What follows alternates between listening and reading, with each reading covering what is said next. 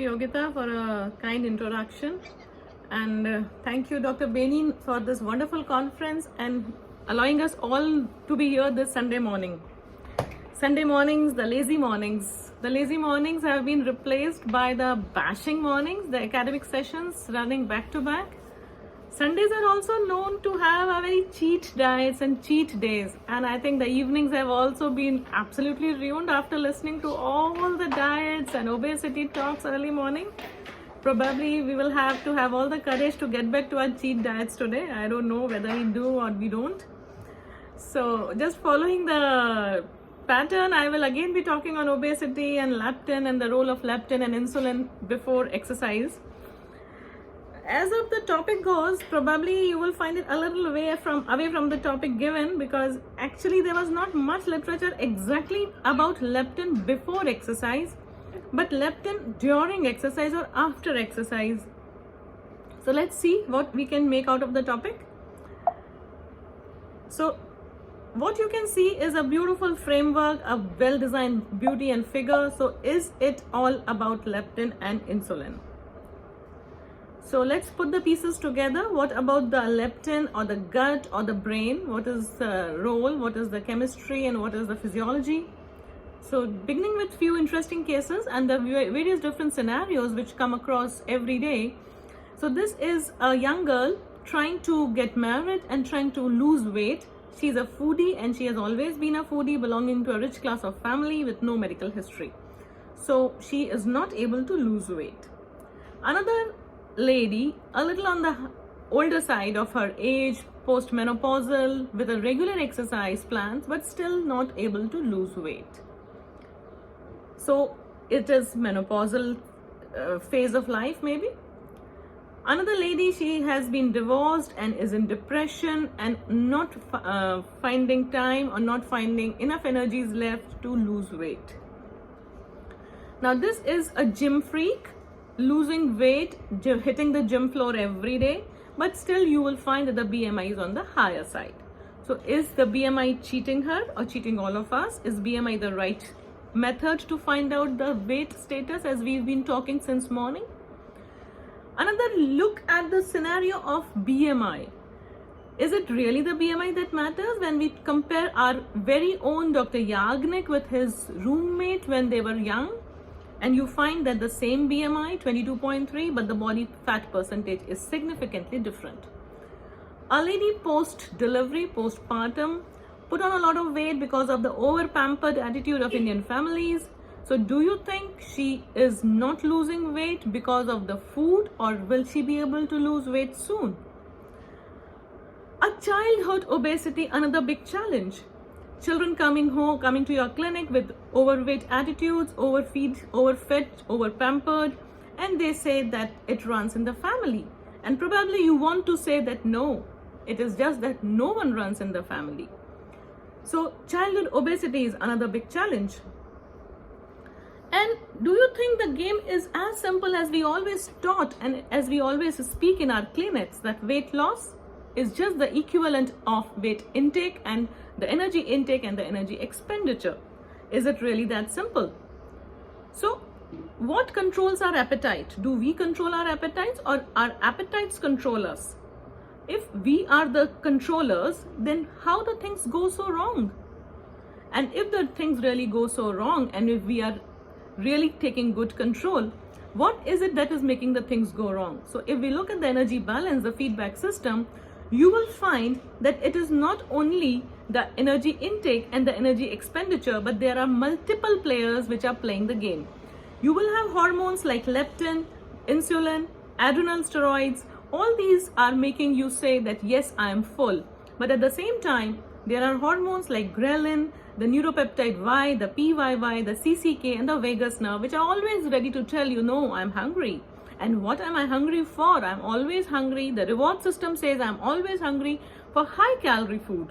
Then there are certain other hormones like the thyroid hormones, which will decide how much is your basal metabolic rate. So where do you burn energy? How much energy do you burn? So it's a complex interplay of sympathetic, parasympathetic, and the neuroendocrine axis, which will finally decide whether your diet overrules or whether your exercise overrules. So So may it be Rucha, may it be Dr. Mary, may it be Shefali, may it be myself. Entire game is not between us. It is always between leptin, insulin, ghrelin, PYY, thyroid hormones, and the neuroendocrine axis. So obesity or fat, it has a multi-hormonal origin. And this multi-hormonal origin is also ruled by another factor, and that is aging. As you age, you go on accumulating the visceral and the intramuscular fat, you go on losing the muscle belly, the muscles, as we talked of sarcopenia, we go on increasing the subcutaneous fat, the entire fat mass goes on increasing. So fat mass, as we have recently learned, is an endocrine organ. And what are the various hormones that we talk of when we talk of fat as the endocrine organ? Leptin, of course, is one. But besides leptin, we also have resistin, we also have adiponectin, we also have visfatin, and we have many more. So adipose tissue secretes a number of adipokines, and these adipokines have multiple roles. They do not all work in the same direction. Some work to put you on the higher side, the heavier side, and some work to bring your weight down. So it is not always one directional movement of the cytokines released by the adipose tissue. So talking about exactly what we are talking today, this is what is leptin. So leptin is our starvation hormone or the satiety hormone.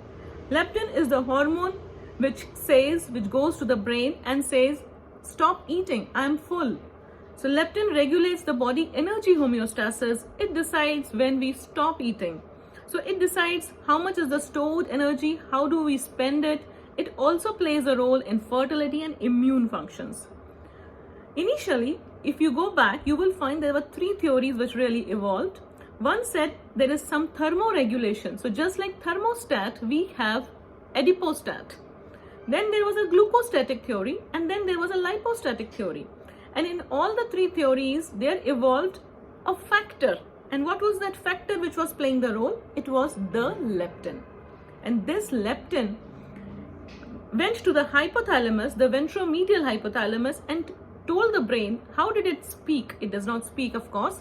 It goes and causes inhibition of the neuropeptide gamma, the neuropeptide Y hormone. So there is leptin rise in leptin reaching the brain and causing inhibition of the neuropeptide Y synthesis. And if we have a defect of this leptin, then we lead to something called obesity and diabetes. So the leptin defect leads to obesity and diabetes. Another hormone what we are talking is the neuropeptide Y. Now this neuropeptide Y, once the level starts going down, it goes and stimulates the leptin production again. So whenever we eat, the fat cells are stimulated and the fat cells start releasing leptin. Leptin goes to the brain, the hypothalamus, and causes a suppression of the neuropeptide Y. The neuropeptide Y is inhibited, so we stop eating. Whenever we are hungry, again we go on eating by the cause of neuropeptide Y. The levels start rising and the leptin levels goes down. So besides the hunger axis, what are the other roles of leptin? You will find that leptin also has a role in fertility. Leptin signals the onset of puberty, and also leptin has a role in hypothalamic pituitary ovarian axis. If we look at the leptin in the lipid metabolism, the only important point is that it increases the fatty acid oxidation and also causes a rise in insulin sensitivity. So insulin resistance, leptin resistance, they are correlated and interrelated, and leptin also helps us in increasing the insulin sensitivity. So what are the physiological effects of leptin? It helps in the regulation of food intake, the energy expenditure, the body weight. It is our adipostat is maintained, the thermogenesis is maintained. Besides the reproductive function, the bone formation is affected. It also acts directly on the liver and muscles to decrease the intra-organ fats, the intra-organ fat deposition. It is also related to inflammatory responses, and it also contributes to hematopoiesis.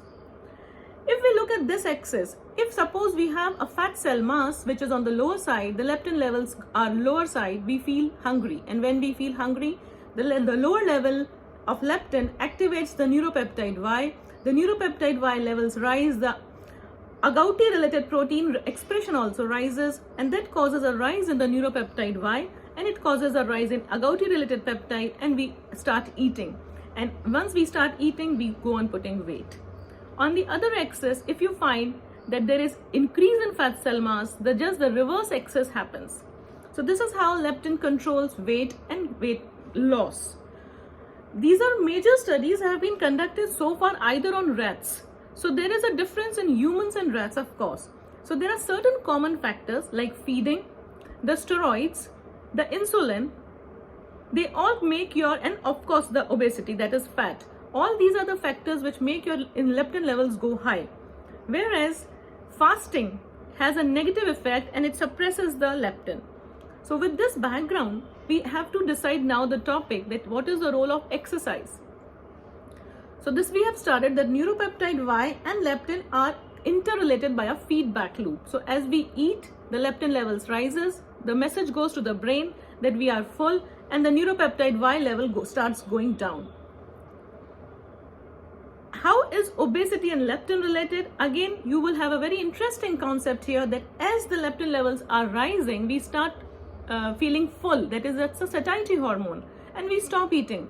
But if we have an absolute leptin deficiency, that is the OB gene deficiency defect, we have no leptin to tell the brain that we are full. So we just go on eating. So we are all obese.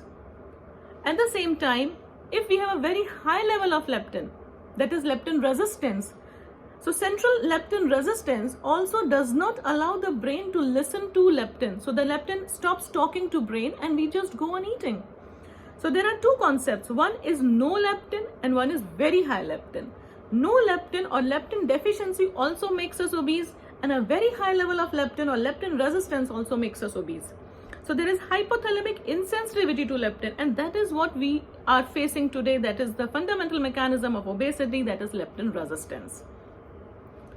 What is obesity? If we talk in those terms, then of course it's a state of brain starvation. Your body is eating, your body has a lot of energy, calories, fat, but your brain is resistant to that fat hormone, that is leptin. So your brain is always starving.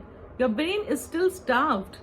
So this adipostat, which was maintained by leptin, has failed. There is leptin resistance. As per the literature, we all have a leptin floor, but we have no leptin ceiling.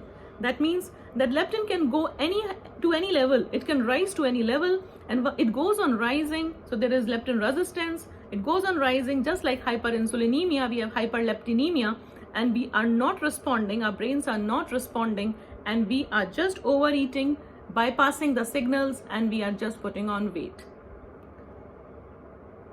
So besides the hunger system, leptin is also a part of our reward system. That is, if you are very much food deprived, you are hungry, the food is very rewarding. But if you are absolutely full, your reward system is also lost. Your brain stops taking the signal that I have got my reward, now I need to stay back, sit back. No, the reward system is also lost. So leptin is not only a part of your hunger system, but it is also a part of your reward system. Now, how does exercise and the various studies have helped us to understand that how leptin and exercise are interrelated? There are many studies if you review the literature, and you will find that the short-term exercises, that is any exercise which is taking just less than 60 minutes or any exercise which is sustained for less than 12 weeks of duration, probably may not have a significant effect on leptin concentrations, or the leptin concentrations are not actually affected.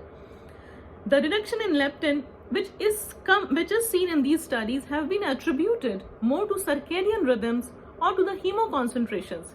So a short-term exercise which is taking less than 60 minutes or which is lasting for more than 12 or less than 12 weeks causes a reduction in leptin only because of the different sampling time and because of the rise in hemo concentration. Whereas the endurance exercises or the long-term exercises or exercising for more than 60 minutes or maintaining your exercise pattern for more than 12 weeks definitely have taken us all to reduction in leptin levels. Reduction in leptin levels results from at least 1 to 3 hours of cycling or running, and there is also a diurnal reduction. And this leptin reduction, but the important point is this leptin reduction is a little delayed reduction. It does not happen immediately. It might happen after 48 hours or maybe even after 9 hours. In case of aerobic exercises, the delay is even up to 48 hours. Whereas in case of endurance exercises, the delayed reduction in leptin is 9 hours. And some studies support that this reduction in leptin has been related to the fat loss. Because of exercising, because of we are losing weight or we are losing fat, there is leptin reduction. Whereas other studies have told us that no, this reduction in leptin is independent of the fat loss. The idea why a prolonged exercise helps us in leptin reduction